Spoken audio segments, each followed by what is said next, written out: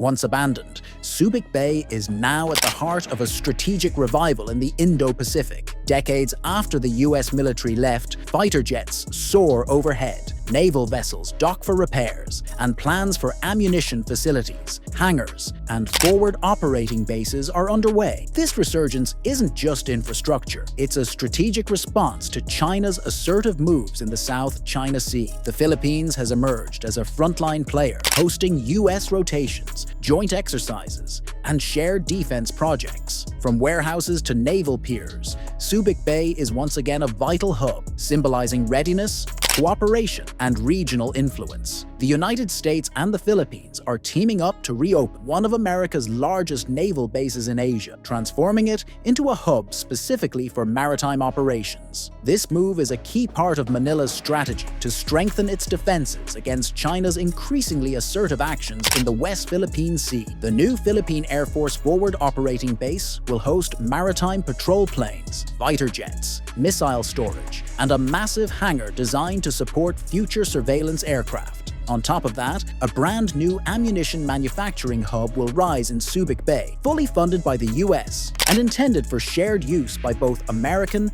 and Filipino forces. President Donald Trump has expressed confidence that this partnership could lead to the creation of more ammunition than any country has ever stockpiled. The facility, backed by the US government, is part of the broader Enhanced Defense Cooperation Agreement, EDCA, and will be built in the Subic Bay Freeport Zone, a location seen as increasingly critical in the Indo-Pacific security landscape. Trump emphasized that the new ammunition hub will not only boost Philippine defense capabilities, but also enhance US military readiness in the region. Meanwhile, the Philippines is considering converting two islands, Grande and Chiquita, which were once part of a US Navy base, into a military reservation. This move would strengthen the country's presence in waters facing the South China Sea. Subic Bay, where these islands sit, was once home to a sprawling US base until the Philippines declined to renew the lease in 1991. Turning these islands into military outposts could secure the Freeport area and its international airport, paving the way for the Philippine Navy to establish a permanent base there. Grande Island, in particular, holds a commanding view of critical sea lanes in the West Philippine Sea, including Bajo de Masinloc in the Philippine Exclusive Economic Zone and the disputed Scarborough Shoal. The US Navy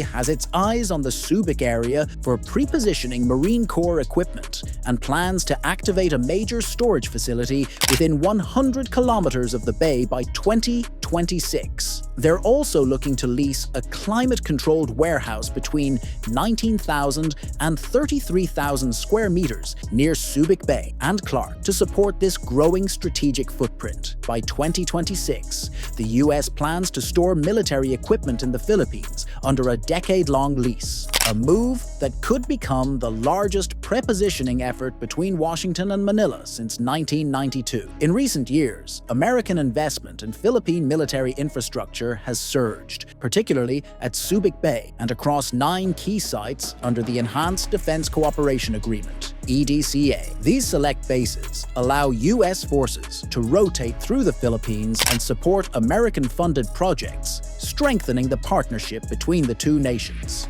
Now, the Philippines is stepping up its own game. On the grounds of a former US naval air station at Subic Bay, Manila plans to establish a new base aimed at boosting its aerial surveillance and power projection in the South China Sea. Philippine Air Force bidding documents and development plans reveal that this forward operating base will be capable of supporting reconnaissance and attack aircraft. While the vision for a fully developed base has been on the table for nearly a decade, it's only this year that the Air Force formally invited companies to bid on the project. The timing couldn't be more urgent. China's construction of artificial islands in the South China Sea has escalated regional tensions, prompting the Armed Forces of the Philippines, AFP, to rehabilitate air and naval facilities in Subic Bay Freeport, located on Luzon Island. This deepwater harbor, just 50 miles northwest of Manila, was once a central hub for the U.S. 7th Fleet until 1992. Restoring Subic Bay's operational capabilities will allow the AFP to rapidly deploy fighter jets and frigates across the South China Sea, countering China's maritime expansion and protecting Philippine sovereignty in these contested waters. Once the site of the U.S. Naval Air Station at QB Point, Subic Bay International Airport rose to prominence after the broader American military withdrawal from the Philippines in the 1990s. Over the years,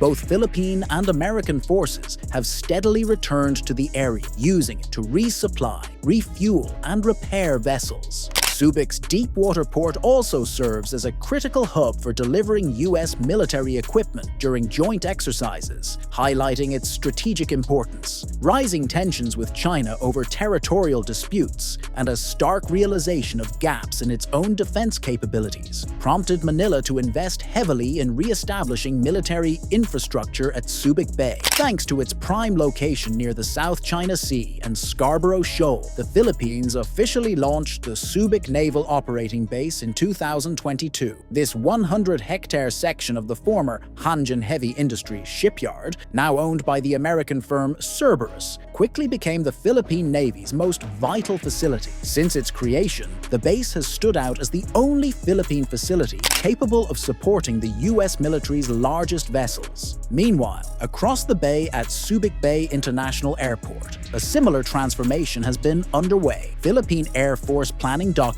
specifically point to the airfield's proximity to Scarborough Shoal and the South China Sea as the driving force behind the construction of a new forward operating base. This expansion is part of the Philippines' broader archipelagic defense strategy, designed to close the gaps in protecting a sprawling, island-strewn nation. Subic is emerging as a linchpin for rapid, coordinated responses, combining air, sea, and land capabilities. Under the Armed Forces of the Philippines' Strategic Basing Plan, Subic Bay International Airport is now positioned as a staging point for joint operations, ensuring that Philippine forces can project power not just within territorial waters, but deep into the country's exclusive economic zone. The existing runway at Subic Bay International Airport could soon host surface attack aircraft, supporting both land and maritime missions, according to Philippine Air Force planning documents. Early bids valued around $2.5 million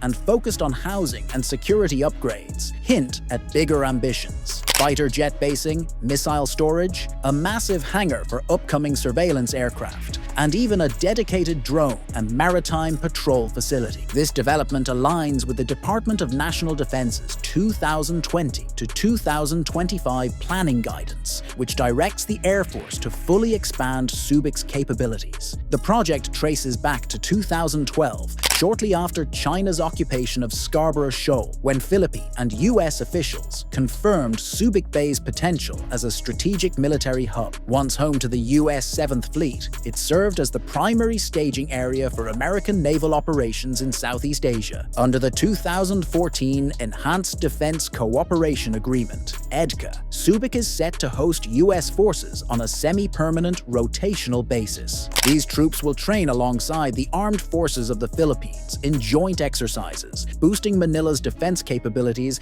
and interoperability with Washington. Plans also include prepositioning U.S. logistics assets and using Subic's port facilities for Navy ships. EDCA provides a framework for joint defense while respecting Philippine sovereignty. American forces can use AFP-controlled facilities, but any construction or improvements require approval through the Mutual Defense and Security Engagement Board. This ensures Subic Bay remains a key strategic gateway for both nations, combining Philippine oversight with U.S. support for regional security. Under the Enhanced Defense Cooperation Agreement, EDCA, U.S. forces in the Philippines gain two flexible access options: forward operating operating sites, which are expandable bases with a limited American presence, and cooperative security locations, which are mostly maintained by the host nation with minimal U.S. footprint. These arrangements are cost-effective, discreet, and less vulnerable, giving Washington greater operational flexibility. The U.S. Navy plans to lease storage facilities near Subic Bay as part of a new Marine Corps prepositioning program, while local shipyards continue to service Navy warships and logistics vessels. The move coincides with Manila's push to revitalize its defense industry under the 2024 Self-Reliant Defense Posture Revitalization Act. Ammunition production, covering storage, all-up-round manufacturing, and logistics, has been identified as a top area for cooperation, supporting both the Philippines' modernization goals and long-term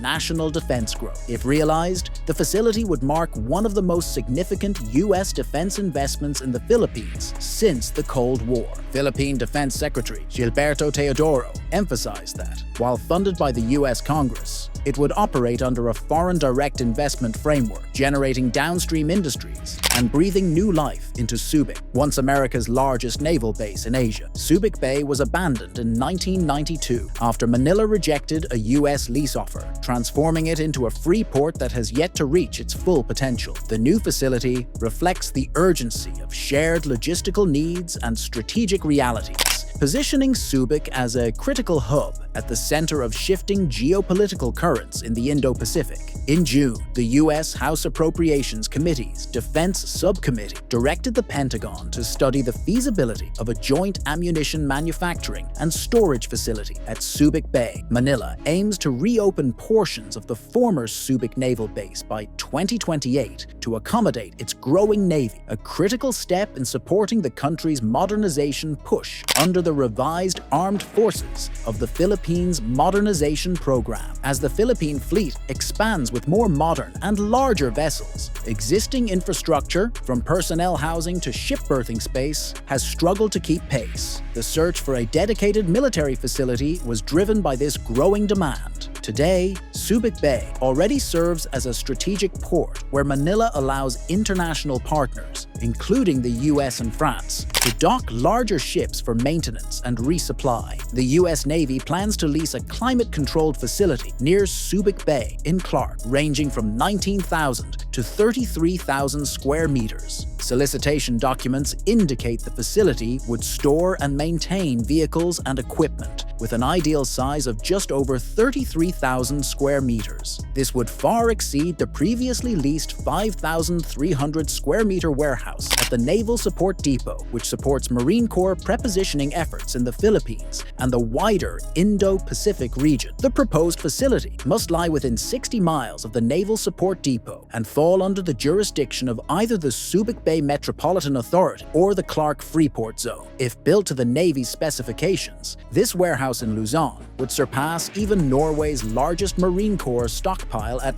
Tromsdal, marking a major leap in U.S. and Philippine military logistics capabilities in the region. The U.S. Navy's latest plans for a Subic Bay go far beyond a simple warehouse. Solicitation documents outline maintenance shops for electronics, vehicles, and communications equipment, signaling a major leap in U.S. operational capability on Philippine soil. If approved, the lease would allow American forces to store and maintain equipment in the Philippines from 2026 through 2036, with no renewal options, making it a decade-long strategic foothold. Subic Bay, once Naval Station QB Point, bursts to life every spring as U.S. forces flood the area for joint military exercises. Alongside this surge of activity, the U.S. is backing Manila's plan to build a new naval pier at Naval Operating Base Subic, a 15-meter by 155-meter finger pier to accommodate Philippine Navy patrol vessels and frigates. The project, financed through foreign military funding, will be executed by the Subic Dry Dock Corporation under the oversight of the U.S. Navy's International Fleet Support Program Office PMS 326. The base, reactivated in 2022 across the bay from the old American installations at the former Hanjin Heavy Industries shipyard, now hosts Manila's larger warships at a key strategic point in western Luzon for rapid deployments into the South China Sea. Before its opening, the Philippine Navy had relied on civilian ports to dock its vessels. Manila leased about 100 acres of the former shipyard, now owned by U.S. private equity firm Cerberus Capital Management. While Subic Bay itself is not part of the 2014 Enhanced Defense Cooperation Agreement, Washington and its allies have long eyed the area for its strategic value. Once abandoned in the 1990s,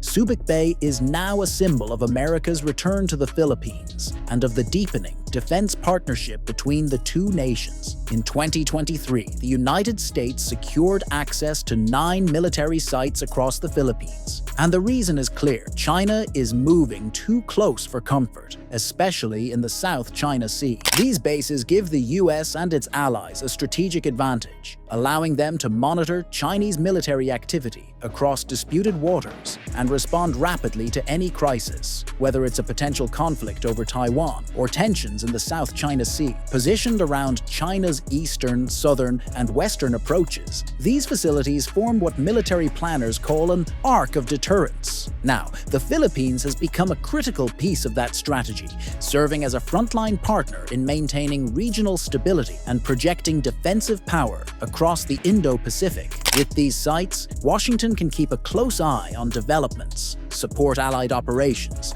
and ensure that any aggressive moves in the region are met with a credible, coordinated response.